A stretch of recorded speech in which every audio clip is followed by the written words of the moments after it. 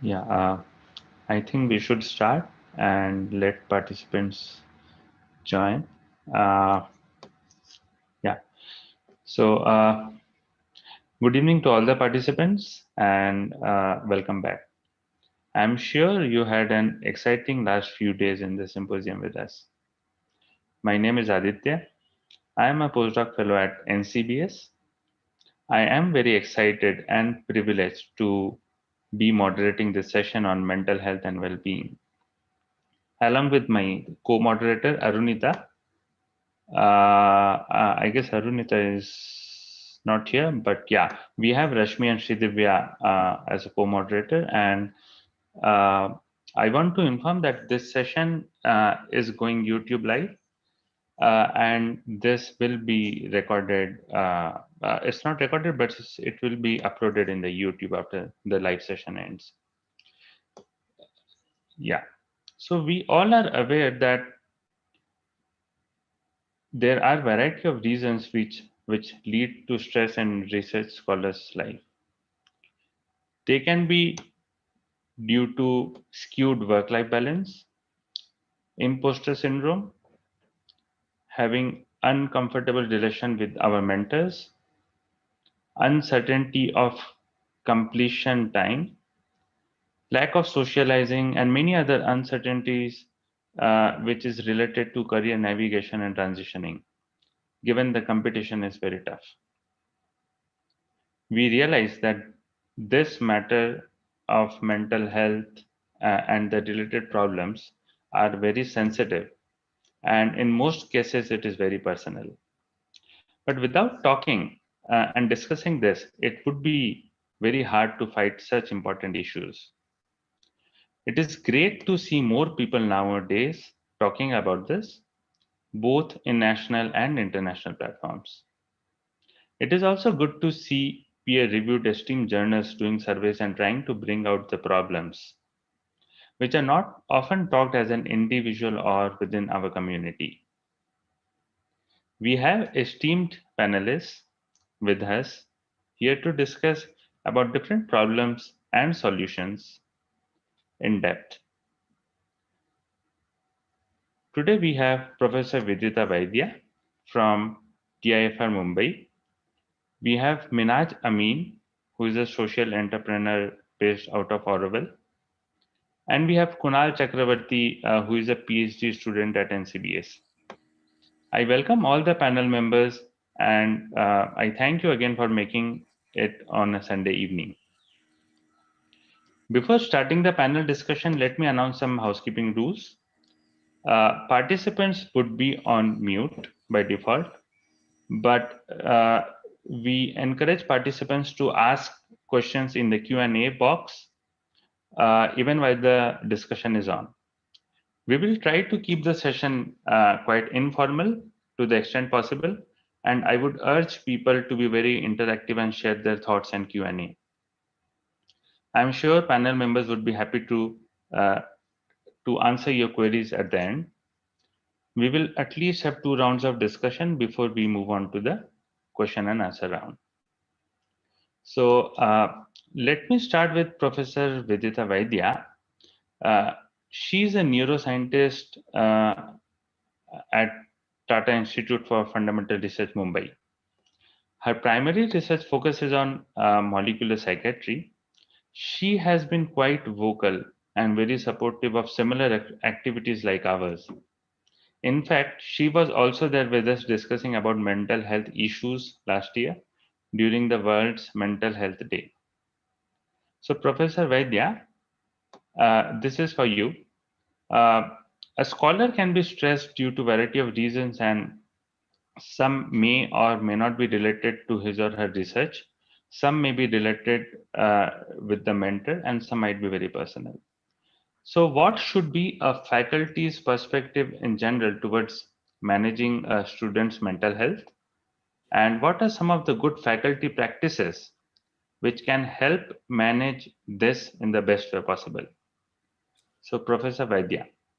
Thanks, Aditya. I think it's a critical question because you spend 5 to 6 years of your PhD, or even if it's a postdoctoral period, it's as many as sometimes 4 to 5 years of a very critical window of your life working with your PI mentor in a laboratory or in a team.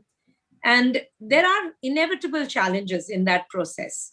I would say that there are some key practices which I personally adopted based on watching my own mentors do this, and learning this as something I valued when I was a student.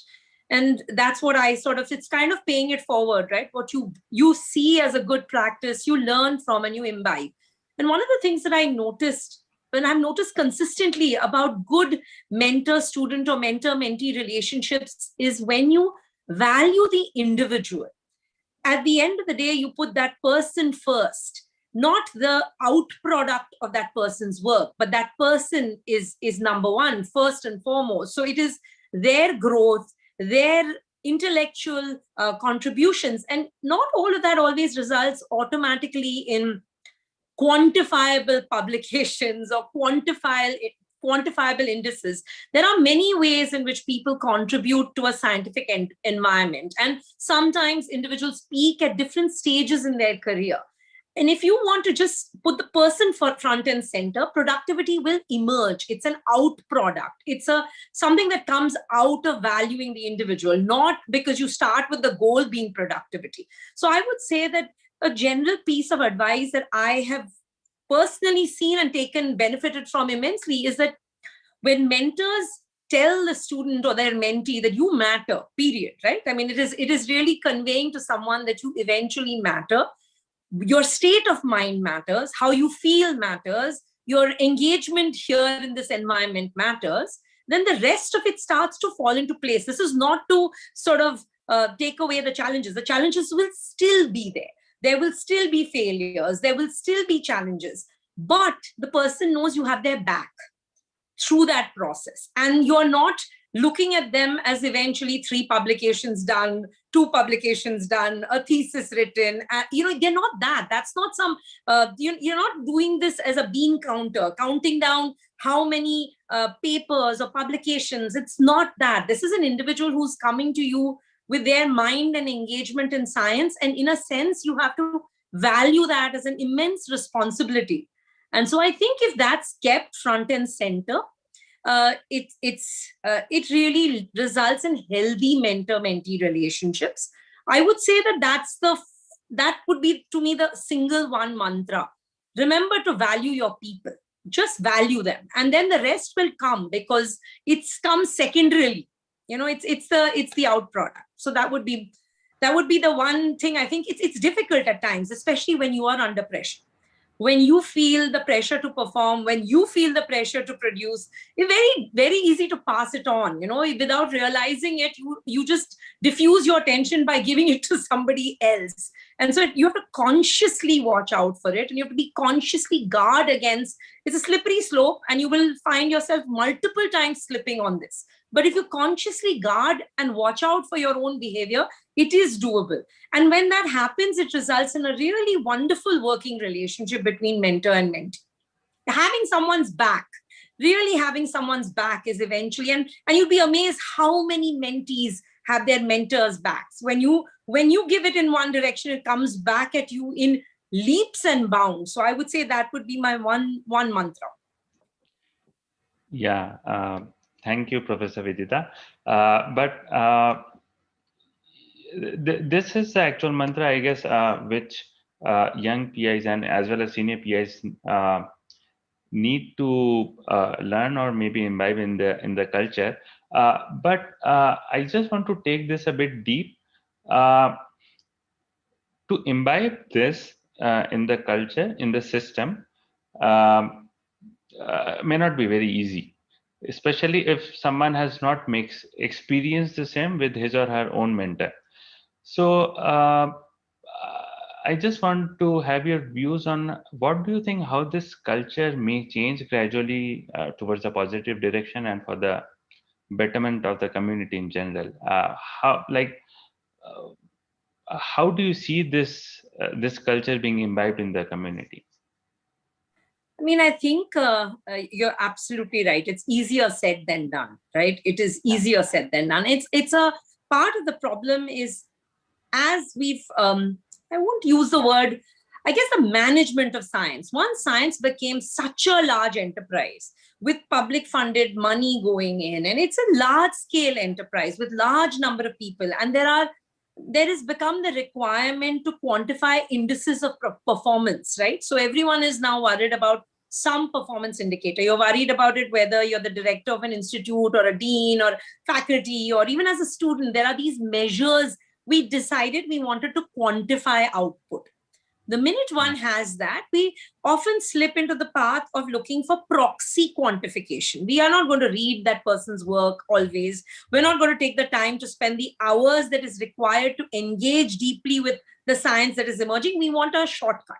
When you want a shortcut, you start looking for quick proxy ways of determining quality. And then that slips into things like awards. It slips into things like recognition along the lines of which journal have you published in, how many papers do you have, your H index.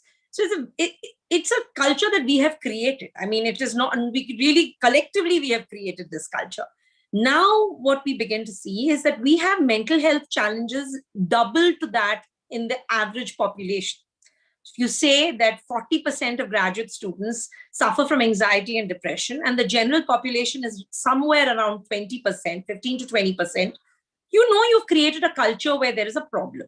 So eventually, and any enterprise is only as good as its youngest people and its youngest minds. The other end is exiting, right? I mean, you pass your peak, then you're exiting and you're at the other end. You're only as good as the youngest people. And if you end up with a large number of young people who feel disenfranchised, disengaged, not heard, not acknowledged, you have a collective problem.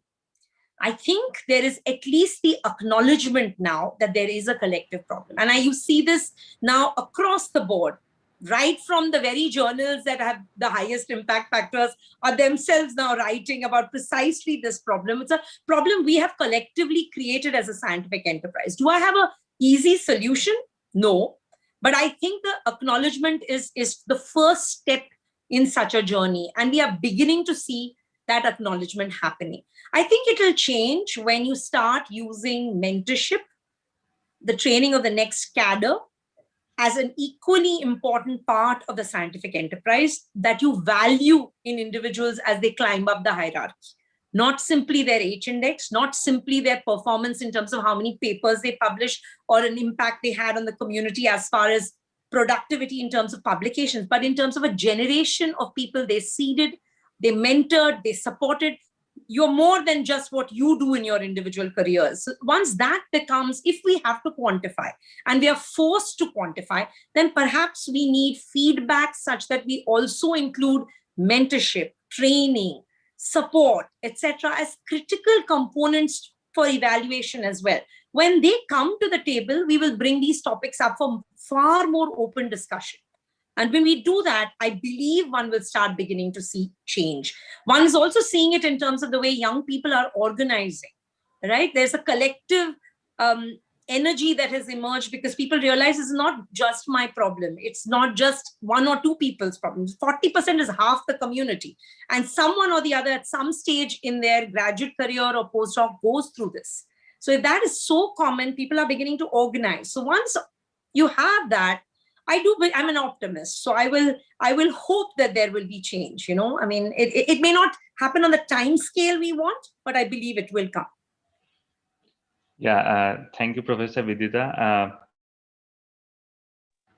It's actually an honor to have you because you are so vocal about these issues and you advocate for positive changes in the system. I have more questions on how we can change the system, but I will get back to you later. Yeah. So now let me invite Kunal Chakraborty here, who is a PhD student at NCBS. In his life journey, he has gone through many difficult phases, both in personal as well as his academic life. And he had to fight phases of depression and anxiety. But he proved that strong comebacks can be given. If you have not read his open letter shared with you, do give a read. He is very willing to share his experiences with us very openly. I am sure that this would inspire a lot of us and give us hope. Uh, can I ask Kunal Chakraborty to describe about his journey and the ways that he has used to give strong comebacks and fighting different problems, anxiety, and stress? Yeah, so Kunal. Thank you, Aditya, for this opportunity and privilege. So whatever Vidita said, I think I have tried to write in my second open letter that is going to be published very soon on your website. So I have pointed there because the first letter that I wrote, that was on the very day. So then I did not, means I was busy in writing this. So I will just read the first letter, Yeah. and I don't know how much time I will get. Okay, but I will read the first letter. If you have any question, you can ask definitely. But I'm not very smart at answering, so I take a lot of time, and it's not me I solve. Okay, so I take a lot of help. So okay, I'll be reading the letter, and the things that I want to mention, that there are a lot of musical quotes taken from different songs, and I feel those I have not acknowledged them anywhere, but those songs are very famous due to their lyrics. So I'll read that later, and let's see how it goes. Okay, so I had to write it because everyone was talking about it, whispering about it, and no one was actually discussing about the mental health. And already 2 accidents happened. And then I had to write with the title, I heard 10,000 whispering and nobody listening. So, okay, I will read. Dear friends, I am a Kunal, a student of Vijay. I am the person who wanted to end his life in May 2014 in Mandara Hostel. I'm writing my very personal story of survival with a high hope that it may help someone who needs it. After Pragati's incident, Shannon, in one of her emails, said that this can happen to anyone. And recently, Mukund himself took responsibility for the failure. And I feel he is wrong. And it is a failure of all of us, isn't it? I feel NCBS like my home. The pathogen has entered our family, and we are now in a state of emergency. How can we avoid being a host? I know there will be a lot of objection regarding this line, but okay, I want to carry on. And how many times can a man turn his head and pretend that he just doesn't see? When the value of n increases from 1 to 2, it is enough to realize that the light of darkness has managed to enter many of our minds. How to close the window, and I do not know the answer for every individual, but I have figured out the solution for myself, and that is why I want to share my personal experiences. It was one very small comment from one of my colleagues. It happened because of a personal reason, and this small signal gave me the courage to extend the aerial and broadcast my personal story. Another brick in the wall, obviously, the story of Sid Barrett. I was a bullied child from my consciousness to till my college days. I was born in a joint family of 8 members, except my mother. All of them tried to make sure that I would not get any chance to flourish. I would like to exclude my short Didi too. I'm not lying. Their effort was so dedicated and united that I felt if I were a girl, what would have happened to me? I do not know the answer. I never knew that I had a disorder, ADHD. I could not focus on anything for an extended period. That got translated into my weekly test. All results were fluctuating in nature. Some excellent, some fail, and all blame used to be imposed on my were continuously harassed by us. So I could not perform well into my weekly test. The score in mathematics was 7 out of 25. Yes, I do remember that Friday fear appeared at night, just one day before the exam. I knew the consequences, so I did not show the mark sheet to my father. And on September 17, when the outside world was celebrating Vishwakarma Puja, I was busy tampering with the mark sheet. It was not artistic enough, and I was caught. and a letter from the school was given in my hands to deliver to my father. It was a horrible mistake I made. I could see then how my mother will be beaten by the greatest enemy of mine, my father. So I did not transfer the letter and decided to keep it with me. Till January, I was repeatedly warned verbally by my school teachers. But in January, the school authority decided to give me a lesson and treat my adamant nature. What was that? From January to March, before the year ending exam, I was not allowed to enter the class but stand outside. And each and every day, I was beaten by many of the school teachers. They were helpless. One good thing they did is to allow me to write the annual exam, and I passed. The boxes in the final results were empty, and it was decorated, stamped, and signed by the school authorities. I was rusticated and given TC. That was my birthday in 1995. So then many things happened. I separated my wife from the family at the age of 12. I did not have school for 2 months, and the whole locality and my friend community gave me a name. Instead of Kunal, they preferred to call me TC. Then one of my cousins, Dadabhai, managed to admit me one of the worst schools in Asia, and a new story started. In this new school, I found a new home. All the teachers were so supportive that they cared to teach me the essence of life. And there I got the inspiration for science. Sadly, I did not get quality training in the English language, but I learned theater, writing, and a lot of many things. And I got the inspiration for sports. In the year 1996, when I was in the 8th standard, every Wednesday there used to be a class on science stories, which helped me in 2 ways. One, to dream of starting a popular science magazine in Bengali and becoming scientific minded.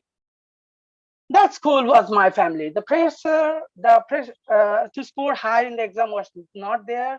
The stress was relieved. I enjoyed my life, and I gave the comeback within 4 years by passing my secondary exam in 1999, and things started to flow forward. Here, I would like to share one of my shocking incidents of my life. It was then when all the tortures were directed to my mother by my beloved family. In the year 1996, February 1, when I was entering that isolated room of my mother and me, carrying two small books, I got a prize in an essay competition. I was so excited to show the prize to her. Do you know what I saw? Can you imagine? Ma lost mental control. She was forced to become mad. Yes, she was treated with medicine. During the treatment, she was recovering rapidly. But my father stopped the medication. I kept everything in my mind and started counseling my mother. And it has given me a lifetime lesson. Things can be changed. Now she stays alone and independent and living life with her rich philosophy of life.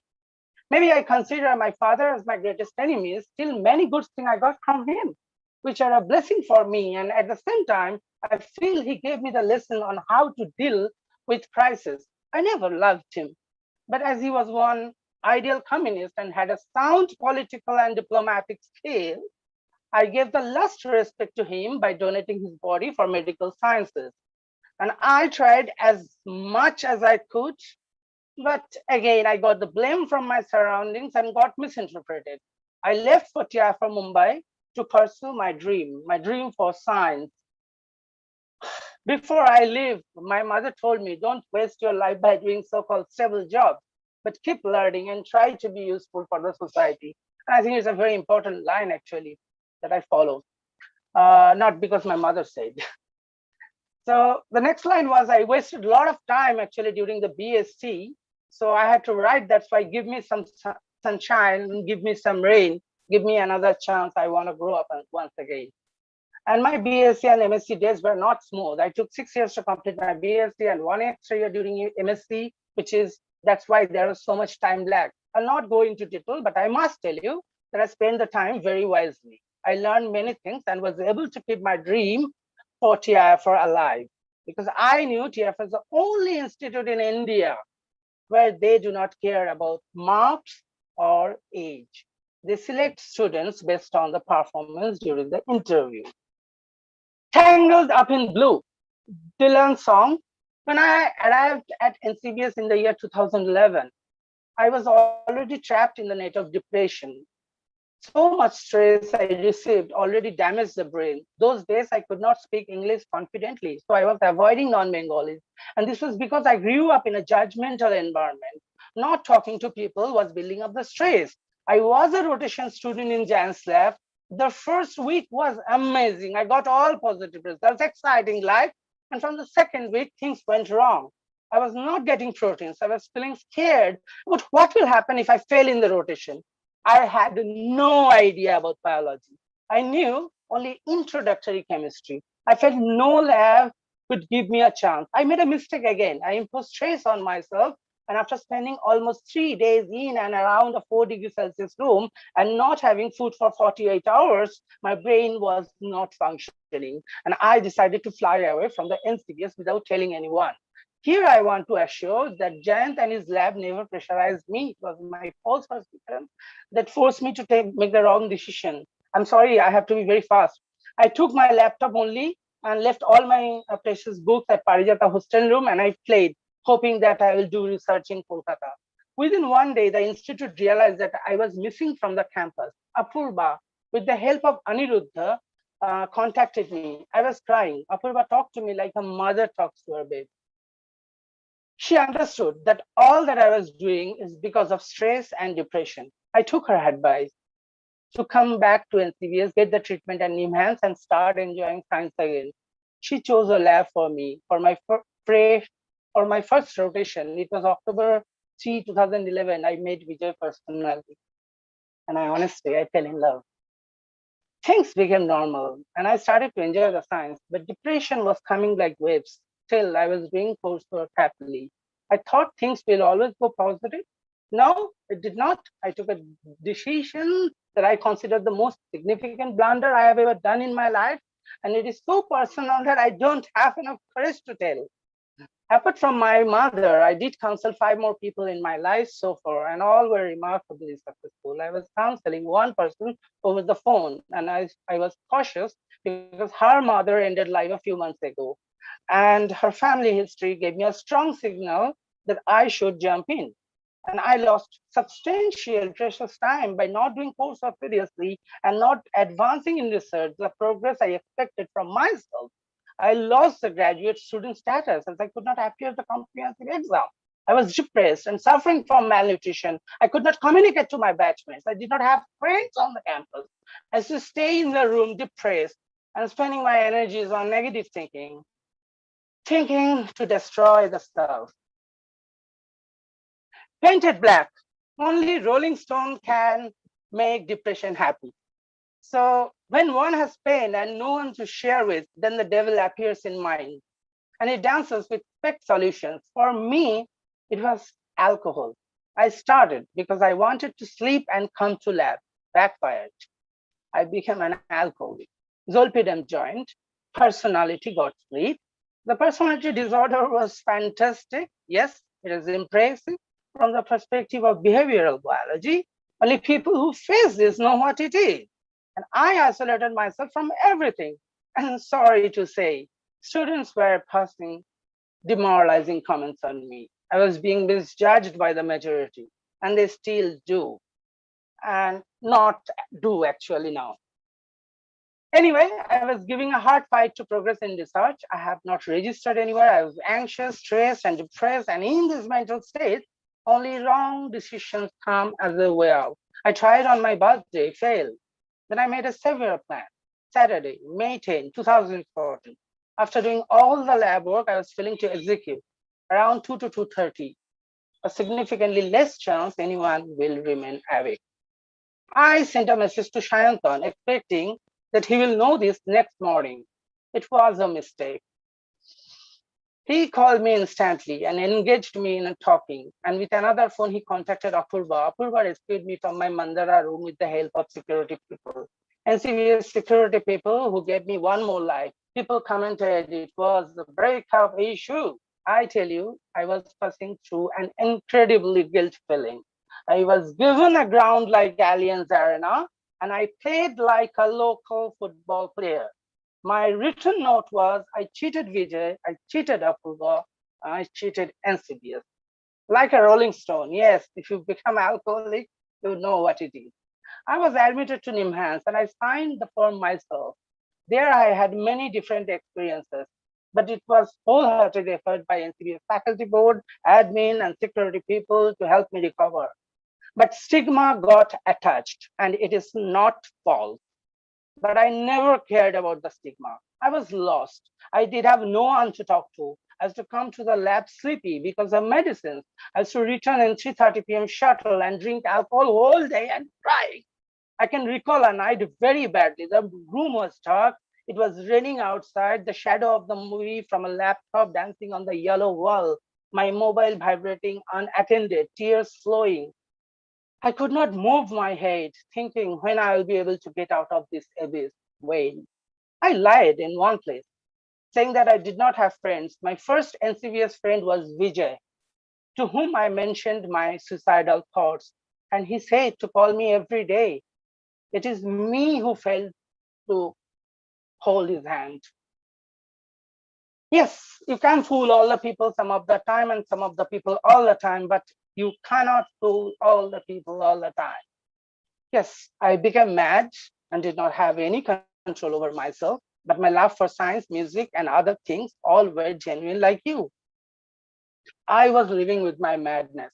Sid Barrett was in my mind. I could not help. Here, I want to mention a few persons who came forward to me and became my true friends. Sonia, Oromoy, Dipendra, Torun, Urvashi, Rohit, Nilabja, Shudriti, Ujita, and Aditya, and NCBS security people. They helped me as best they could. But I'm little more biased to Pavitro. Yes, he is the person with whom I had 24/7 fighting for many years. He never left me. He is a person who criticism I valued most. Apart from Vijay and Pavitra, Shudriti is another friend who helped me to pass through the self-rectification stages. So, and to progress forward. From lab, Rajesh, Dhananjay, and Durakshan tried too. I have love for them. I initially thought that 2014 to 18 was a wastage of my life, but now I think it was not that. During that phase, I started learning guitar myself from the video tutorial, tried to establish our dream magazine, began with Razibul, Arnob, and Anirban. I started life science from a personal interest and gained a lot of experience. Once I was so disturbed, I messaged Vijay, things are lost. Yes, it is Vijay who said me, nothing is lost. Vijay, as always, every day supported me over the phone and counseled me. He was the person who said to bring the discipline of music and science will be back. I followed it and I feel now it is back, coming back to life. Okay, you have to start with Pink Floyd, end with Pink Floyd. As I was suffering from severe depression and malnutrition, it was inevitable. I was thinking of starting exercise, but I was mentally blocked. I could not proceed. It was Ujita, a lab intern having a parabolic trajectory, who came forward and held my collar, took me to fitness class, and things started changing. My self-imagined, self-created stress, insecurity, and anxieties started disappearing. Honestly, LCVS did not give me stress. It was self-imposed by me many times. What LCVS gave me a hope. Till July 2019, I was still in depression. On August 1, Aditya advised me to start meditation. Well, I installed one app called Helio, which helps to track my mood. So whenever I see the pattern, I make myself ready to handle it wisely. And I mainly take help from friends. And one major piece of advice from Vijay and Imhan's counselor worked amazingly, that whenever you are under stress, do not take any decision. Instead, take the help of others. I have written such an extensive letter to tell you that I have with another comeback. Yes, it was difficult. Huh? I may not become a great figure in science, but I have a love for science in my mind. And I want to enjoy my life, and I will always try to be beneficial for society. I've told my story. What I've realized in the last few months is discipline is the only key to happiness. And I've got back my life. It's strength, discipline, music, exercise, food, sleep, and work has become a regular part of my life. Many times I do fail. I fall. I'm truly lucky and privileged that I have friends who hold my hand. I stand up. And again, I keep walking. There were many emails from Shannon, Mukund, Apurva, Sodamini, and many hands to be with you. Fill it. Please, please, please fill them. Take help from friends. Medicine, counseling, discipline is always helpful. One quote has been motivating me since last February 2019. Success is not final, failure is not fatal. It is the courage to continue that counts. I have no wish for seeking attention, although I have actually got a lot of attention. But still, with a high hope, I have told my story. If it helps someone whom I do not know. And in this letter, it is not possible to do all the behavioral analysis. So take care and think better. Madly, Kunal. Thank you, Gunal. Thanks a lot. Firstly, for being so open and talking about all the different and difficult patches that you have been through. And finally, on the aspects that you have embarked on to give strong comebacks. Uh, Thank you for this open letter. This open letter is in public now, is in our social media post. It will soon be there integrated in our website. I really hope that this letter will help a lot of people to get inspired and to get hope. Uh, yeah, so I will get back to you with some more questions later. Now I move forward towards our another panelist, Minhaj Ameen. Welcome, Minhaj. Thank you. We Minhaj is a social entrepreneur based out of Auroville in Tamil Nadu. He is passionate about sustainable living and protecting natural resources of the planet. He is a founder of many companies, and a couple of them are Earth and Us and Impact Pala. And presently, he is serving as an anchor at NCNF. He is very passionate about the concept of happiness and he conducts regular workshops on happiness. He would be discussing about the topic happiness with us. Minaj, uh, we would like to know what motivates you to do workshop on happiness. Tell us something about the topic and something what you do in the workshop, and why has this motivated you to do a workshop on happiness? Yeah, please, Minaj. Thank you, Aditya, for this warm welcome and introduction. Can everyone hear me? Yeah, Minaj. Okay. So it's a privilege to be amongst the scientific brains, the future of India. And I'm really delighted to be, having this engagement with you all. The letter from Kunal was truly touching. It reminded me of many things that I've experienced, but not to the extent as Kunal, and I'm not as brave as Kunal to talk about them in so much detail. So I'm truly touched by what Kunal has shared. And I think what he described is essentially being a scientific mind, the scientific solution in the end to deal with depression, and it was done in a very poetic way. My journey is similar with respect to how I got into learning more about happiness. I was always mildly depressed, not clinically, but mildly. I mean, I don't know how many of you can relate to this, but you know that you are not your optimal best. There is something missing. You struggle. You do everything as normal people do.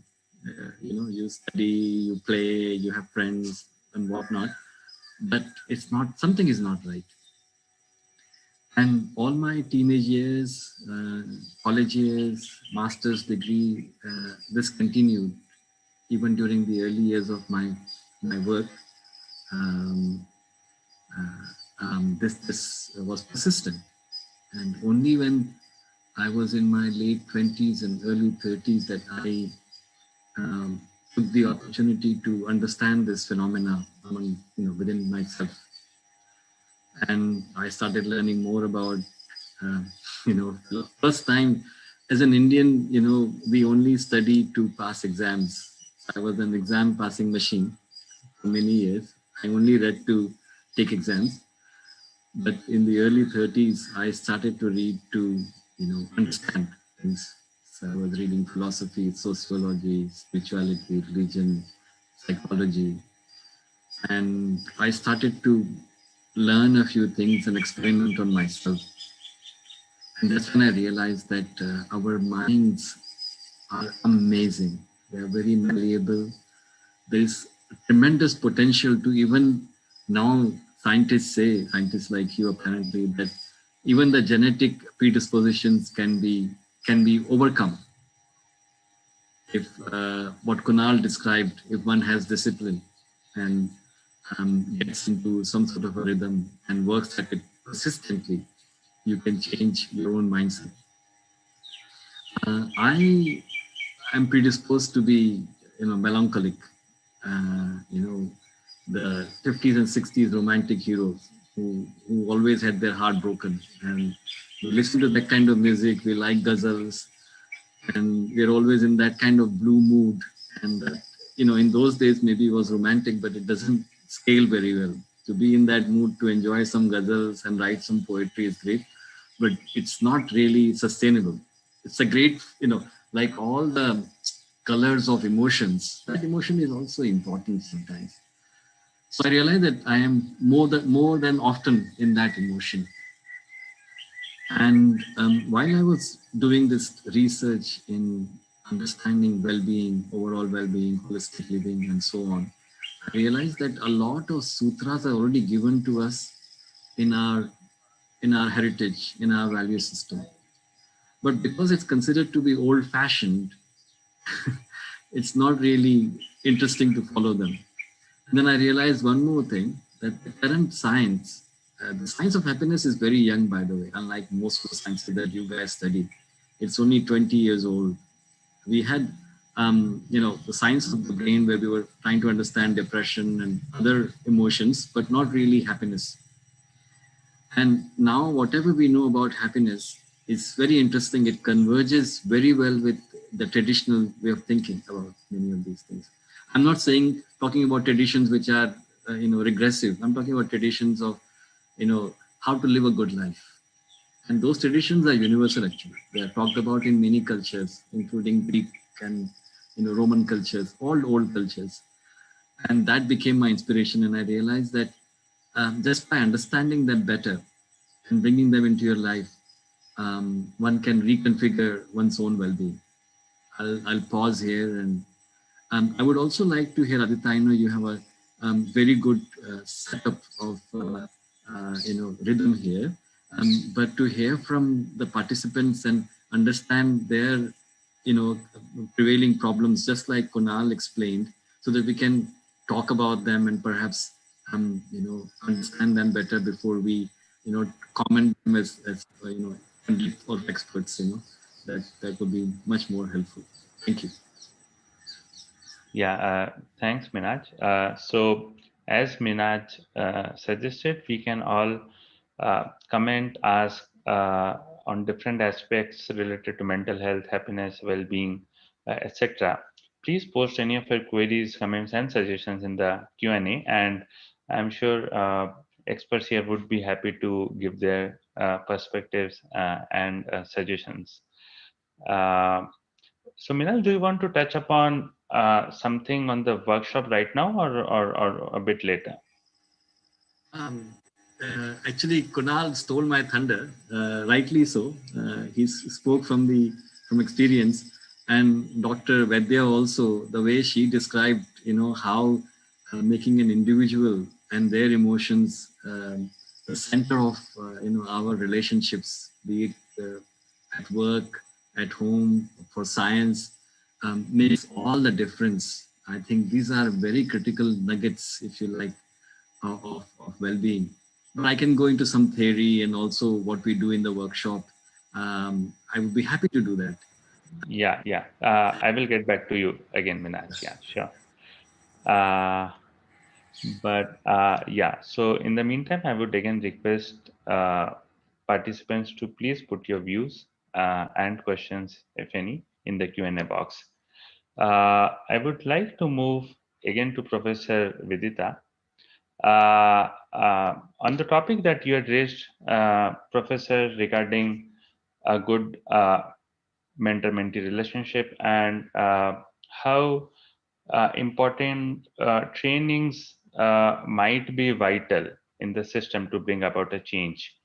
So can you dig a bit more onto the small steps what need to be taken at the level of institute to bring about the change rather than to bring about the awareness and then change? And what sort of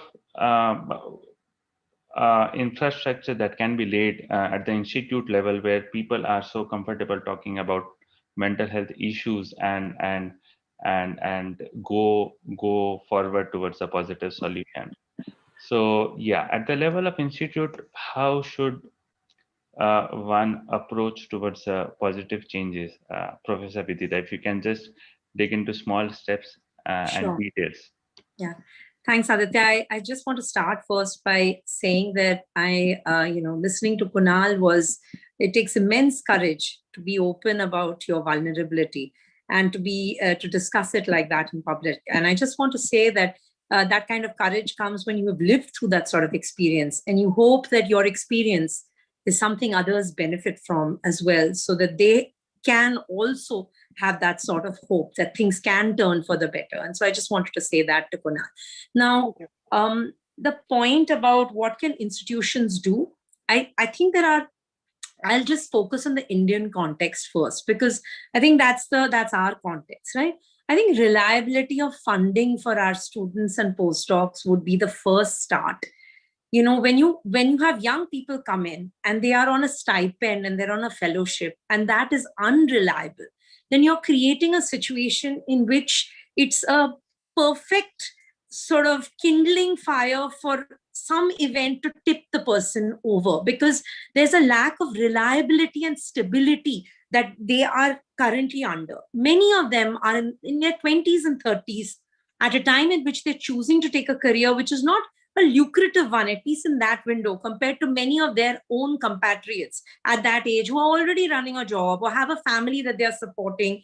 And people come with the expectation of that professionalism, right? So I would say the first thing that we could do in India, which would help reduce a substantial amount of stress to all of our people, is the reliability of fellowships coming on time, being dispersed on time, being given on time. That itself, if that was guaranteed, you would take away one step of a major stress that most young people in that 20 to 30 window face when they are, research scholars or postdoctoral fellows. So that to me is the first big one, right? Second, I think you have to have offices whose primary job is to look after graduate student and postdoctoral health and well-being. They cannot be there because they are there to look after faculty interest. They are there to determine quality of life for graduate students and postdoctoral fellows. That's their performance index in a sense. And that can only, so they are not reporting in a sense that way to faculty. They should be reporting to the director or reporting to an independent body in which their goal is to ensure that there is an environment that looks after student and postdoctoral fellow health. And this is something we can institute, and that requires it to be independent of faculty interests, because it is an independent interest and an independent body that you're serving. In addition to that, I think making available counseling services and access to mental health professionals right from the very early stages of one's scientific trajectory would be useful, because you have to destigmatize this. This cannot become something where someone hesitates to ask for help and worries that if they ask for help, they're pretty much putting themselves in a vulnerable situation by indicating that they are not going to be able to deliver on the scientific front. So that is something you have to dissociate. People have to feel like they can speak, and so for that you need independent bodies. You need a situation where someone can approach, maybe not their PI sometimes, maybe it's somebody else. You need this sort of an environment to be created. So I would say that the simplest solutions would be the financial support, the stability and the reliability of the financial support. Then after that, ensuring that there is an office for graduate students and postdocs independent of any reporting structure to the faculty, which stands alone, and its evaluation is based on student reporting. So you make that system independent of other things. You ask, how have you done, based on asking the students, has this office served your interests? And that can be part of a career office and a career advisory cell as well, because it could be, for example, they could run many other things. They could run career workshops, they could run linkages with industry, variety of things that are focused on the graduate and postdoctoral fellows community. So you need something that does not have other agendas. The agenda is just to take care of this extremely critical scientific horsepower of your institution. It's where the ideas come from. It's your youngest, brightest minds. It is the future of any institution. It's that pool of people. And if you don't have a healthy environment for that, then your institute, it's a death knell for the institution eventually over a period of time. So once an institution starts seeing that, they realize that this is absolutely critical. So I would say I wish we can fix at least the fellowship dispersal scheme, so that people get their money on time that has been committed to them. So that itself would go a very long way. Yeah, thank you, Professor Vidita, for putting all the vital points here. And after listening to you, it feels that there are substantial need of the efforts which should come from top, rather than we only discussing about the issues and doing some initiatives bottom up. Yeah.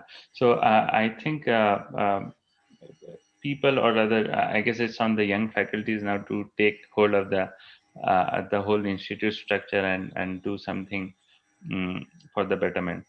Yeah. Can I add something? Yeah, absolutely. So I am not part of the institution system, so I cannot recommend what the system can do. But when I started to learn about happiness, I was in consultancy for many years and so on, and I work with the brightest brains, just like the brains here. And I was really perplexed that we don't understand how to keep ourselves happy while we try to solve the problems of the universe. So I think it's a mindset, it's a social mindset. And so there are, unless you have a clinical challenge, you have a medical issue which needs medical care, which needs professionals like Professor Vaidya was pointing out, absolutely, and all the counseling and support that it requires. But having said that, I was wondering if it was possible, as part of the induction process, happiness was taught as a subject. Very simple, how does your brain work? What are the chemicals? When are they released? Scientific, in a scientific way, what happens when you do certain things in your life? How do you build a habit to do certain things that you always wanted to do? Nothing really grand, but a regular course which runs over 6 months with regular classes, and when the students are allowed to share their experiences and learn from each other, will go a long way to build a culture of well-being within the organization. And the next generation may not have to go through this, because they would have learned better ways to deal with each other, also better ways to keep their mental, just like we do dental hygiene, we can do mental hygiene. Keep ourselves, up to the mark for the tasks that that present us in this very competitive and demanding profession. Yeah, this is again an important aspect. And Professor Vidita, do you think that this sort of course can be included within the system if a good cell or a good body is there in an institute to take care? Yeah, I think if you have an office for graduate affairs and postdoctoral affairs, they can become a site for a variety of such courses, including the one that Minhaj has described, which I think has its immense value. I mean, you also need to remind people of the critical importance of life outside of the institutional boundaries, and the fact that just perhaps a walk, sometimes getting away from it all, can also have a profoundly valuable effect to just remind you of your insignificance in the large space of all humanity, right? Sometimes even just sitting on the seashore for a few minutes will do that very successfully. But you need to remind yourself of those breaks. And so creating a system that helps people remember that, or create some sort of a rhythm for them, is always useful. I would say yes, why not? I mean, we talk about having courses for ethics, and we talk about the philosophy of science, and we talk about many things. Why not? Why should it not be okay for us to also talk about how to keep ourselves going as we face challenges through our careers? Yeah, absolutely. Vidya, one last thing just to add to that, what you're saying is, if you look at the history of scientific discovery and innovation, a lot of that happens through serendipity. When you're doing something which is not in the lab, so enabling those possibilities within the system can be very helpful, or even for achieving the goals and objectives of the institution. Absolutely. Yeah. So can we just take few questions from the Q&A? I will just speak the questions, and yeah, you can please answer, whoever feels. Someone pointed out, I guess Minhaj can say a bit on this. I feel mutual respect is the key, which is not there in our system. And I guess here mutual means, Vidita might also want to say something on this. Mutual as in mainly it's a mentor and mentee relationship. I guess this is referring to that, as well as the mutual relationship between the colleagues and our peers. So yeah, Professor Vidita, what was the question? Sorry, Aditya, I missed that. So someone is saying that mutual respect is the key to solve this. Yeah, absolutely. There's no question about it. That's true for all interpersonal human interactions, that you maintain the dignity of another individual who's in front of you. And especially when there are power hierarchies, and there are very lopsided power hierarchies in academia. At that point in time, you have to be even more cognizant of it, that respect that you have for each other as human beings. You do not cross certain lines. So in a sense, I view that as absolutely critical to the functional interaction between colleagues in a laboratory or in an environment, between a mentor and a mentee, and it's a two-way street in a sense, right? You have to give each other that respect. You have to respect another person's boundaries as well. That's also equally important. And it's the currency of all dialogue between two human beings. It's how trust gets built, which according to me is as important as that mutual respect. Without the mutual respect, you will not build the trust. And once you build the trust, then you can work through difficult situations that arise. And difficult situations will arise. It's inevitable. So you have to put in the effort to build that mutual respect and trust first, so that when you hit a difficult situation, you figure out how to handle it collectively. So it's work that has to be done from both sides. Absolutely. But I put the onus more on the mentor, because the power equation in that hierarchy is lopsided. It's whereas between colleagues, I would say both of you equally come to the table. But if you are a mentor, then the onus on you is greater to invest in that relationship, because you also carry the power in that equation. Yeah, absolutely, Professor Vidita. And coming back to this point, someone has asked about the evaluation system of the faculty members by the students. Can this help make some change in the system? 101% it can. Absolutely. I'm a firm believer that any system that requires a check and balance on power, and if you evolve a system where there is no check and balance on power, you will have as all human enterprise, you will have violation of that power. It is unfortunate that sometimes we presume that just because we get to ask perhaps some of the most interesting and profound questions about the universe, that we also become automatically evolved human beings, which is not the case. We are like other human beings in the corporate world or in the ad agencies or anyone, right? We're just humans, and we run the same risks of crossing lines and behaving in a manner which is not appropriate. And so I firmly believe you need a check and balance. And I think you need power structures to be neutralized. And they can only be neutralized if there is an opportunity for feedback. And it's actually institutionalized as a component of the evaluation process. So the corporate world, which often we don't turn to for advice or inputs on how to run things, has already started doing this. I'm not saying that that's necessarily the best example, but why is there no possibility of 360-degree feedback? We provide feedback on the students we are training, the postdoctoral fellows. We have an annual feedback system, much the same way there's room for feedback back to us on what we are doing right or wrong, what we can change. And it's also true that, you may be great with one mentee, but not great with another at all. And so you have much to learn about what is working for someone and not working for another person.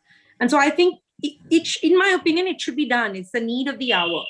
It will act as a check and balance. In many systems where you have rotations and you have to pay your graduate student's salary, it also works as a sort of check and balance in the system, because, if by word of mouth, people will say, don't go to this lab, or maybe you don't want to work with this person. So that acts as a check. It's sort of a grapevine network, which is acting as a check and balance. But you actually want to make this part of evaluation. So I think it is necessary and should be done. I hope it is done at some point. Yeah. Thank you, Professor Vidita. But I guess there are many more questions for you. Just add to this very quickly. Yeah, Minhaj. Yeah. So just to build on what has been said already, I would divide this question into two parts. That's what the professor has said already. I have also come across situations where people who are abusive are in positions of power, and that creates a very toxic environment for young people to blossom.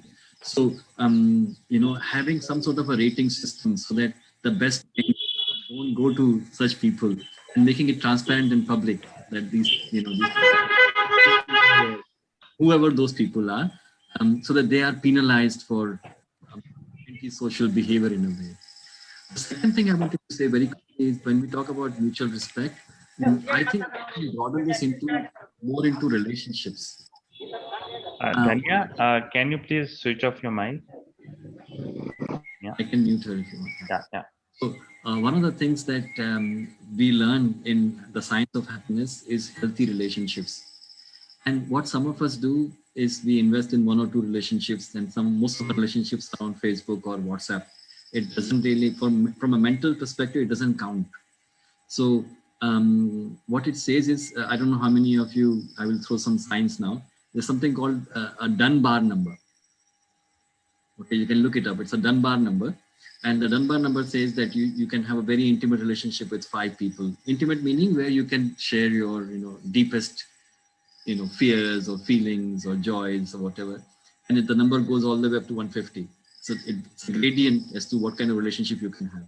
So the more diverse portfolio you have of relationships, the better off you are from a mental health perspective.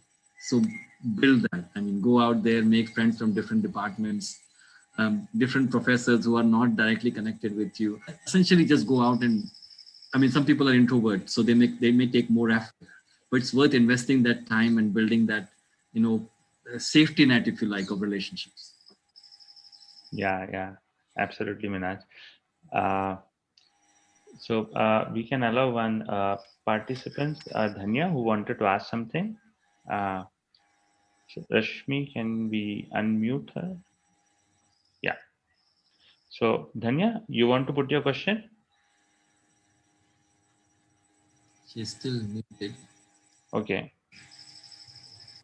I think Dhanya has put up the question in the Q&A as well. So if you don't mind, I'll read it out. Yeah. So she hasn't specifically addressed it to any panel members. So I would request anybody would take that up. The question is that what is the collective solution for mental health challenges faced by researchers, especially women researchers who have to balance expectations of work and family balance? Yeah. Thanks, Rashmi. Professor Vidita? Yeah. Aditya, call me Vidita. Everyone does. My entire lab does. So please call me Vidita to start with. Sure. Okay. So I think, I remember as a young graduate student myself, in a very competitive environment, very competitive campus with very few women role models to look up to, worrying when I used to look ahead and say, I don't necessarily see myself living my life like some of the people I see who are full professors here. This is not how I visualize my life. And struggling with the idea that you didn't see someone ahead of you in the journey who you could imagine that your life might be something like theirs, right? So that often used to create this discordance in a sense, because there were so few senior women to start with, and then so few who lived a life where they had multiple other responsibilities that they were navigating at the same time. That changed by the time I was finishing my PhD, and this is a long time back, but in 1997, a lot of young female faculty joined, and I was, for the first time, I looked around and said, wow, I can imagine being this human being. This person is navigating multiple things. They have kids, they have other familial responsibilities, they are managing all of those and their work. And I think I will only give you one piece of advice that I have cherished from a senior woman mentor who used to send me, I used to write to her, she sent me a photograph of a flower. And as a joke, I converted that into a conversation where we said blue flower mentoring. It was a picture of an iris that was growing in her garden, which she sent to me. And we were just talking about some of the challenges of, a career in science for women. And the fact that she sent me a flower was itself it's symbolic of what I meant by blue flower mentoring, which is remembering that the person who is in front of you is multiple things. That individual is a scientist, but that individual is also someone who might enjoy walking in the garden and looking at a flower, might want to talk to you about some of the challenges of raising a child while also running a career. How do I navigate when I'm going to have my child, when there are so many other challenges at the same time as far as the career is concerned? I think she said one thing to me. She said, march to your own drum. Don't let the world set up hoops for you to jump through, because the world will keep setting up more and more and more hoops that you may not be able to make it through. March to your own drumbeat. There will be certain things you will have to give up. And you consciously say, I'm taking the choice to not do this. It's okay. And once one allows oneself that freedom, then it becomes a lot easier to navigate, for sure. And yet, we are carrying massive privilege. The women who have managed in this are usually themselves and a tribe of other people who have supported them, a tribe of people who are helping them every single day to be able to navigate things. And this is why we have such a high attrition of women in science, because it presumes that privilege, it presumes that support is already there. And when it isn't, it is very, very hard to do, which is why we need institutional will to make certain of those things smoother and easier. Time clocks cannot be identical. You cannot now turn around and say, oh, you took 4 years off to have a child. Well, you did because you were raising 2 babies perhaps in that period of time. How then do you allow for facility of people coming back? How do you create ecosystems that will allow that kind of diversity? That's something that's a fundamental institutional level challenge, but it's also a challenge for the woman researcher who's making those choices.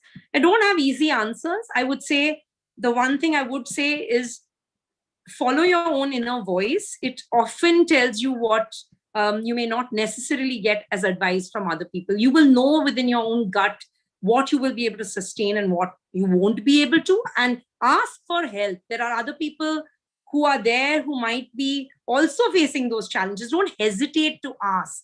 Reach out, drop a line to someone who's a woman researcher. If you have a question, ask. People will be forthcoming if you make the effort to ask. Thank you, Professor Vidita. Sorry, thank you, Vidita. So I guess this answered Dhanya's question. Can I ask once more? Yeah, sure. Yeah, I just wanted to ask, like ma'am told, we can take help, but I would like to ask, like, what about the guilty conscience that we are not able to manage the both? So how do we exactly perfect the balance? Like sometimes it sways both the sides. There's no perfect balance, Dhanya. I'll tell you that much. There is no perfect balance. There will always be times when you feel you've neglected one thing for the other. It's impossible. I think the illusion of the perfect balance is what you have to let go to some extent. And because otherwise you always feel you're not at 100% or not at 90% or not at 70% even. Something or the other is happening, right? You're looking after aging parents, you have a child, you have other responsibilities, you have work. How do you manage it all? Something or the other, some balls will fall.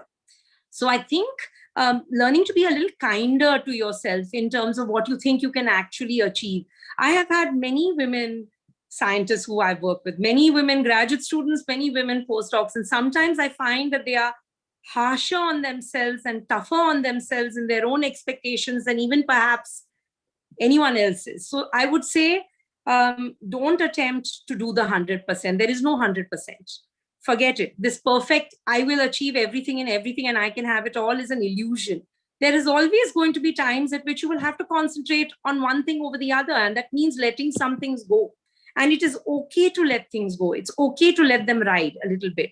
And learning to be kinder to oneself and not one's own harshest critic is useful, especially when you're threading the needle with so many responsibilities simultaneously. Prioritize. I mean, there's no question a 2-month-old baby is going to take precedence over perhaps a manuscript that you're writing. You'll have to put something aside. Something has to take precedence. So you just make the choice that is the correct choice at that time. Thank you, Vidita.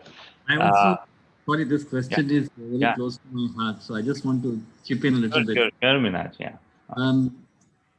I think also as society, the onus on women to bring up family is disproportionate. And I think unless we also address that, this ability for women to progress on an equitable platform is very challenging. So I think as men, I think we'll also have, if you want this to be a more fair society across gender, we will have to look at it differently also and figure out ways where family becomes a joint responsibility, growing up a family, building a family. Yeah, correctly pointed out, Minhaj. Yeah, this onus on us men. Thank you, Minhaj. So, getting on the point of what Vidita said, that you have to be open and reach out to people. It's very important to share our troubles with our well-wishers and maybe colleagues and mentors as well. So, in this respect, I have a question to Kunal. Kunal, I see with respect to your letter, and I've also known you for some time now, you are pretty vocal about your problems. So my question is, what motivates you to be vocal, and don't you feel inhibition to talk about your problems? Kunal? Kunal, you're on Not mute. at all, not at all, not at all. Because I'm a little bit confident now about my second open letter, because I think second open letter already has discussed many what other people have discussed. Thank you very much. That I think that will work. So you asked. So I have written in that second letter because what happened actually in me, that I had a radio. I did not have phone. I had a radio, and that radio was my only thing. And my baby nephew, he used to consider it as a car. Okay, so he used to break it every day. And whenever I returned from tuition, I opened the circuit. Okay, and I used to using fixing the circuit with solder iron and all these things. So I was getting exposure for the electronics circuits and all these things. And during that time, I also at the same time on 7th standard, I got the chance to learn the basic coding, and I got obsessed for around 2.5 years. And on 8th standard, actually on 1996, it's February 1st, when I first time saw my mother. I came to know about that she had schizophrenia. Okay, so I have no idea about it, and I started observing her behavior. Okay, and I started similarity in me, and then I started trying to understand, and then I felt that all the behavioral actions, what I see, it's a kind of composite algorithms. Okay, that somewhere where the circuit went wrong, somewhere the algorithms went wrong. Okay, so that's why, means even in case of suicide, I have also mentioned that I do not consider, I don't consider it as a stigma. I think it was a very complex decision making accident. So that's why, means I think myself the brain is a electrical circuit. Okay, so that's why I don't have any problem. I never had any problem. Yeah, Kunal, great. And there is one very important question that panel member wants to ask, and I guess this is very relevant that you can answer. Uh, Anonymous attendee is asking any specific technique or methods to overcome from the depression without medication or talking to someone. So I'm repeating, is there any technique or method to overcome depression without medication or talking to someone? That person is fifth year in his or her PhD, and I believe, and he or she is saying, I believe I should stop and restart from the beginning with something different. Is it a good decision? Something different. Okay. The first letter, second letter, I have actually said that follow your heart. Okay, I will answer. It's a very complex question that without medicine and without talking to others, number one, without talking to others, it's not possible. Now, what I have tried to convey that you solve your own problem. Now, what kind of problem you are asking? That is it a mental health problem or is it regular depression? Because regular depression can be solved miraculously by sports, only doing physical activities. That I have verified multiple times whether it works or not. Okay, so that is means if you don't want to talk to people, you really means either you write, you express with your emotions. So there are multiple ways if you don't want to talk to people. That's why I'm saying, so sports, even if you don't want to do sports or don't want to talk, then do skipping. Okay, so yes, and if you want to avoid medicines, I still don't have the legacy to say. I hope after a few years I'll be able to say that probably if it is bipolar disorder, then you can actually get rid of medicines by sports. But still, okay, I have not taken any suggestion from the doctors. Yeah. Thank you, Kunal. But I guess the second part question is very much context dependent. He or she is asking that I am in a fifth year of my PhD and I believe I should stop and restart from the beginning. So I guess Kunal will share a second letter and he thinks that follow your heart.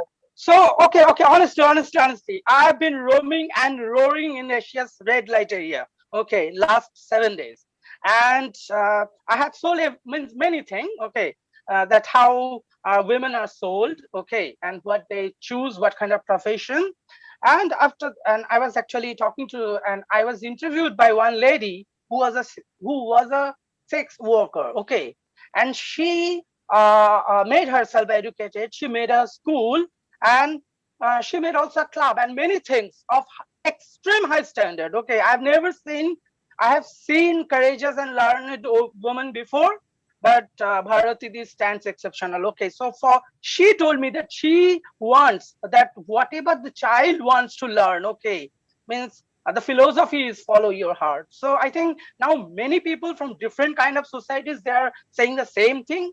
I would say yes, follow your heart. So if you are confident, and in the second letter, actually, I have said that if I say follow your heart, then how did I follow? So that is also in the second letter. And the second letter, another aspect I have missed. Well, very honestly speaking, okay, that when I was living Parijata Hostel, 111, means room number 111, I looked at the room at the last moment, and I have never told this to anyone. I looked at the room and I said one thing, even I was so depressed, that is there anyone in this campus in NCBS because in other institutes, I can't tell, I can't anticipate, I cannot say that they will also not do this. But in other institutes, I do not expect that institute will call you, okay, and figure out your problem, okay. So when I was leaving, I was thinking that is this institute where I have come, that will they really try? Why did I actually fled from the institute? And very honestly, it happened within a day. And when I realized that means Apurva and Vijay, so they gave me all the confidence to speak about it. It is a very mutual, and they gave me the the confidence, and that you can see in the second letter. Yeah, thank you, Guna. And we all would be expecting the second letter to be published very soon. I'm sure that it would have many more things that we would. Yeah, because the mutual respect, I didn't think initially the PS post-PS part will be that important. Now I think it's really important for this, because already people have discussed about it. So the letters PS part is also very important. Thank you. Thank you, Kunal. Thank you. Yeah, so we have many more questions, but I'm taking one now. So someone said it is important not to say yes when we want to say no.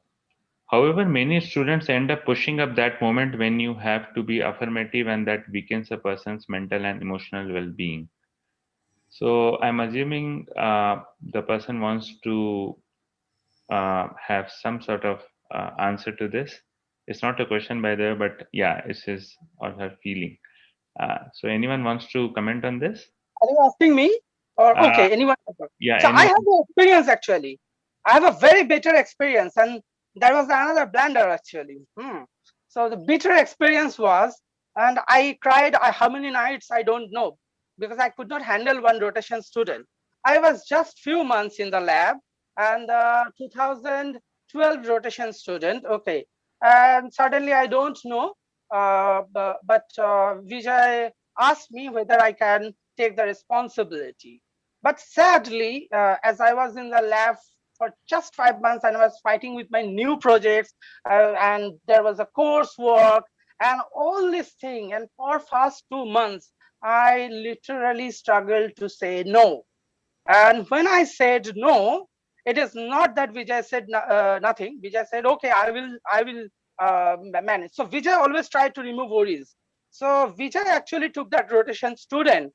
But sadly, what happened, within 2 days, Vijay had dengue and he was admitted to hospital. So so the rotation means it was my failure actually. Okay, it was my first failure in my life, because I had a lot of success handling students before and still, but sadly this was. So yes, it was very important to say no at the very beginning, which I did a mistake, and I said after 2 months, and I lost many things. So it's very important to say no. Yeah. Anyone else, Vidita or Minhaj, on this? Because this is a very important thing that we don't often do, but yeah. Yeah, I think it's critical to learn to set up some boundaries so that they don't all get invaded too quickly, right? So sometimes it is about if the expectation is that you're constantly expected to work very intense hours, weekend after weekend, then you have to set some boundaries to say, I won't be able to sustain this. I will get it done, but I need my time off. I need to have a more structured routine.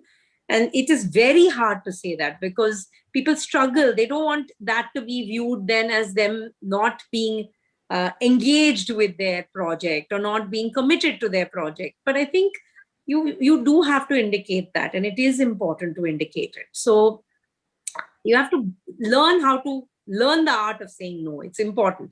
It's a struggle. I sometimes struggle myself to say no. For if I get asked to give a talk or asked to give and tell myself, I don't want to, I don't think I can handle it. I have so many things going on or too much on my plate, but I'm hesitating. How do I actually say no without it not sounding right? And you think, at some point you learn, right? You learn that you don't want to get it. Then you get into this category of Abel Mujemar, which is you have said too many things, yes to too many things, and then something falls apart because you're not able to sustain it. You have to learn to do that. And it's good to start learning it in the graduate stages of one's career itself, to say, politely learning how to say no with a smile is an art. And it's one should acquire very, very quickly. Yeah. Yeah, Minhaj. Yeah, sure. So, yeah, I think saying no, particularly in Indian culture where everything is ho jayega type se na.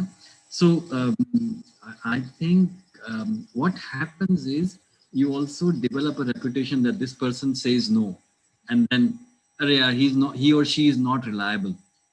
So, my suggestion is when you want to say no, there are techniques you can look up on the internet. So give an explanation why this is not working for you and provide an alternative. And also say yes some other times, that people think that you are committed to this work or whatever, while there are conditions under which you are not able to function. And therefore there is a no. And if you do that, I mean, there are techniques that you can learn, like that makes the relationships to retain their kind of positivity while you are able to get out of commitments you don't want to make. Just going back to the previous question about the PhD thing, I think it was a very critical question. It happens to a lot of us. And the question was about, should I, can I get better without, doing, without talking to someone or taking medication? So first of all, if you think you are clinically depressed, you need to find out that first.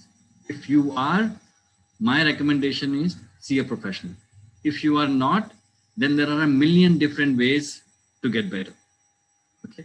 And some of them are very, very simple. I'll just name 3. Yeah. Okay. Yeah. Reading for fun, meditation, and exercise. You don't need What was the first one? Reading for fun. I mean, reading not to do your paper. Yeah. Reading to learn something new. Okay. And meditation and exercise. These 3 things. Again, meditation has become a big thing. Like I can't meditate. My mind, is always wandering. That's the normal state of a mind. You're not. Nobody can, think of nothing for more than 10 seconds. I mean, if you can, then you're already an evolved being. So that find 2 minutes, 5 minutes, 10 minutes, whatever time you can to just concentrate. I think that scientifically has been proven to be a very effective tool to deal with this. And finally, inculcate habits that will make you feel better. Could be any of these habits and other habits. And the last point I want to make is when you are talking to people about your depression, of course, that becomes difficult. So keep talking to people, but don't mention about your problem. But engaging with people is very critical to keep healthy. That's the actually predisposition of mankind, I mean, human beings. We're species who want to socialize. So even if you don't feel like it, go out there, have a dinner with someone or whatever, without talking about your problem, if you want to, engage. That's it.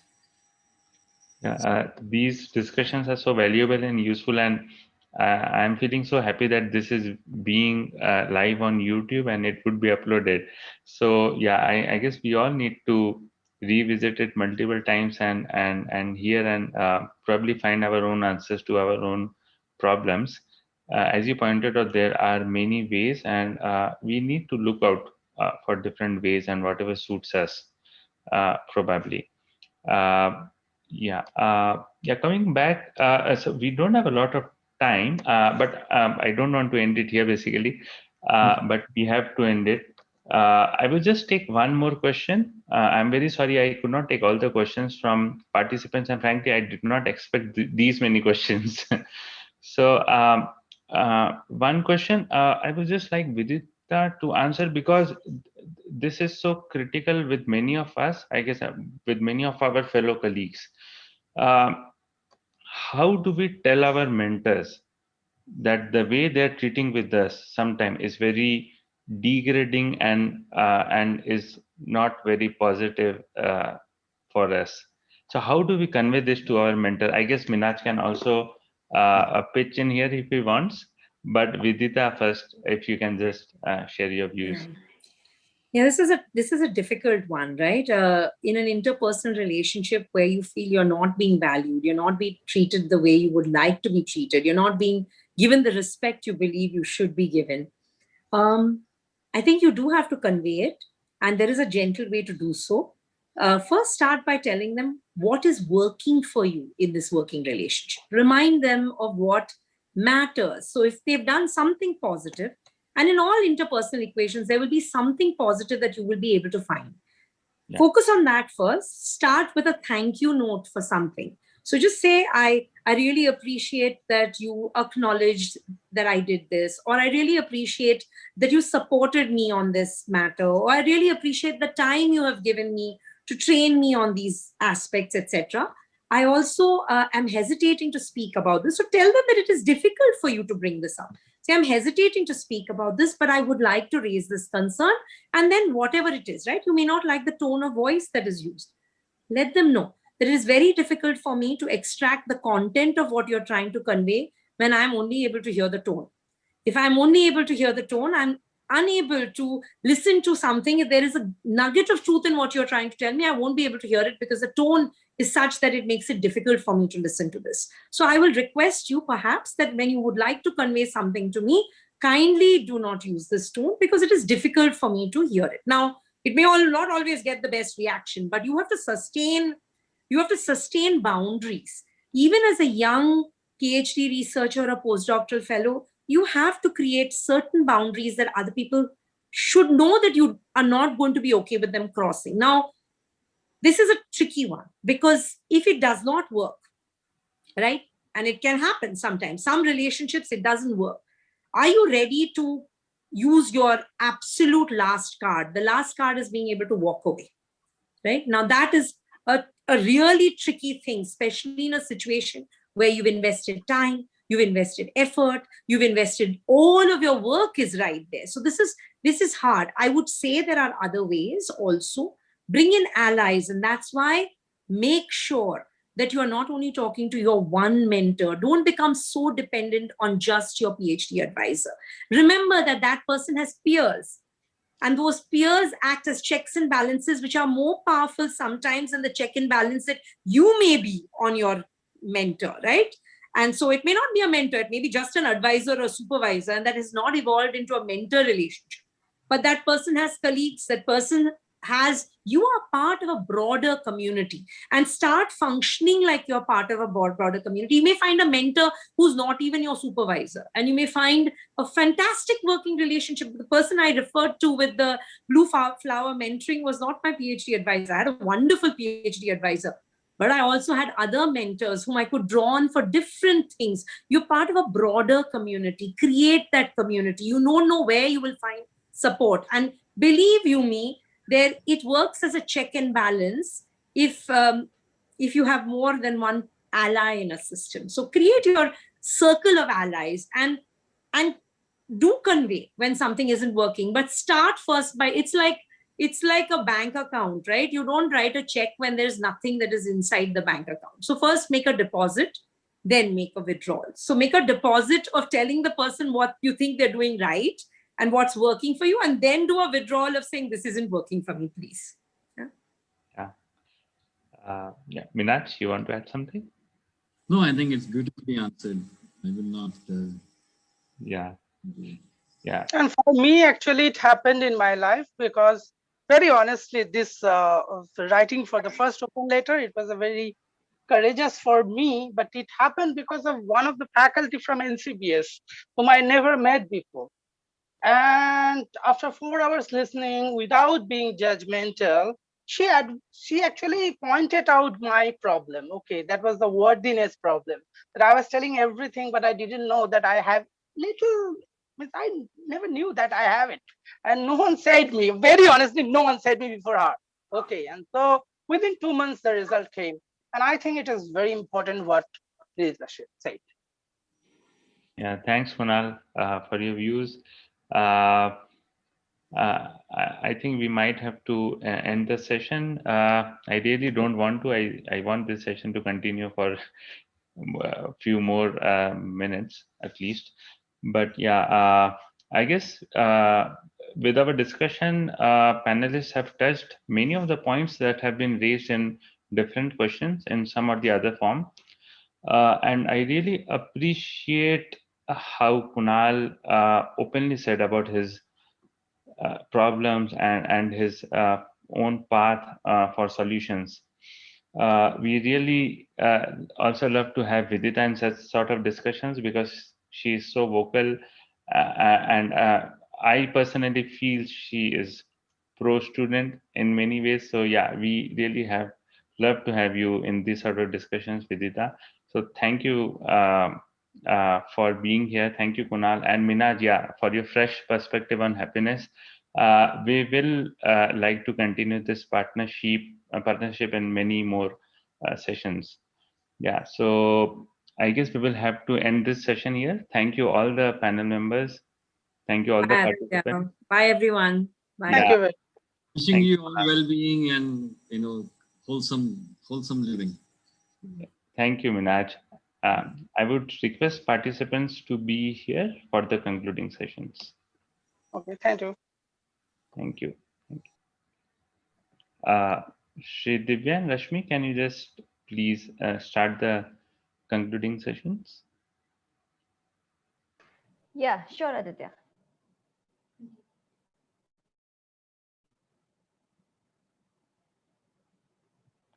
So, yeah, so we now come to the last session of the 4 days of NPDS, and it's been a great journey. And we're happy to see we still have a good number of crowd who've joined in for the closing ceremony.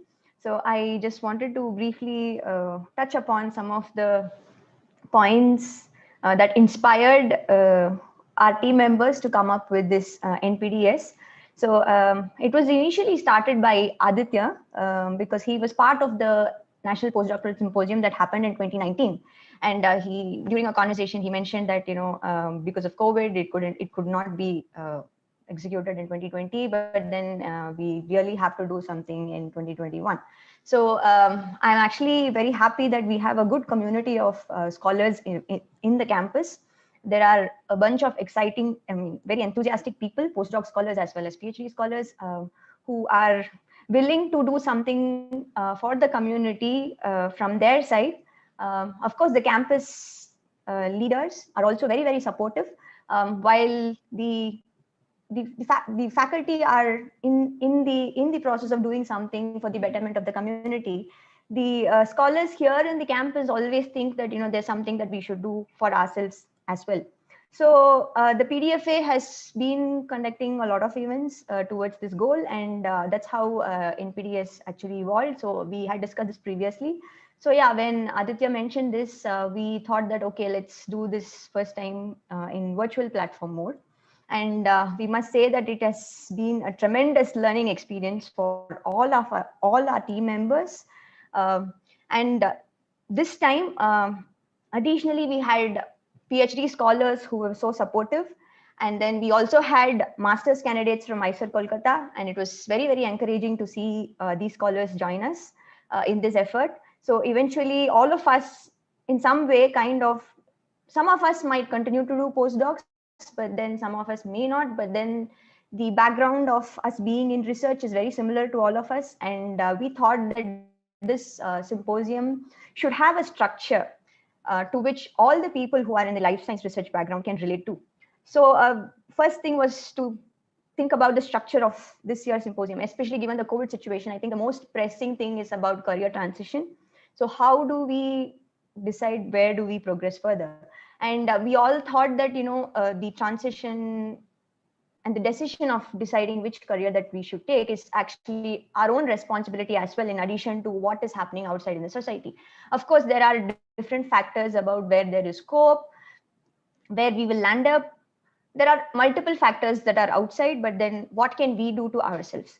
So we came up with this theme, which is scholars to pathfinders. How can we become pathfinders and then explore on a career path that is more suitable for ourselves? So given this theme, we thought that we should have people who are specifically panelists and then experts who are specifically able to advise and suggest about the different career choices that are available. How do we take these decisions, and then what can we do to transition into different career paths? And we hope that with this kind of a structure, we've been able to deliver whatever we wanted to achieve.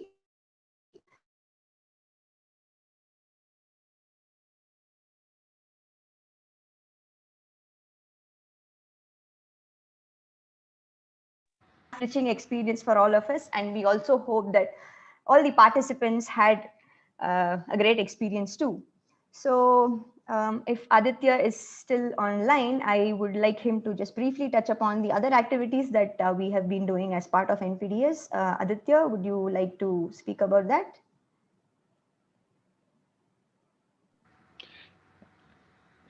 Yeah, thanks, Sridivya, for the laying the background of the symposium and what motivated us to do this one. So I just want to add one more point to this, how this symposium is different from the last one. We have tried to focus more on the workshop this time, so that after we leave the symposium, we have some concrete learnings out of the symposium, rather than just listening to experts and forgetting everything after the symposium is done. So this is one thing which we have tried to focus on, and I hope that workshop was of some value and learning to all of us. The second is, we are very used to uh, that oral presentation and posters, right?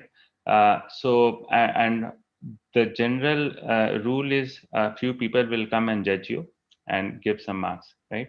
So what we have tried to do this time is, not only people or experts would come to judge you, but give you specific feedbacks on how you can improve on your either presentation. Yeah. So specifically for the lightning talks, we have tried this time, I guess, and we have got feedbacks for all of you who have presented in the lightning talks, and the experts were sort of made to write specific feedbacks individually for each of us. So I hope this feedback will also help us in improving our presentations. Yeah. Now coming back to the activities, ideally we would like the symposium will happen once a year, but ideally we would like our activities to span throughout the year with different useful sessions. Last year we had a couple of useful discussions. One is related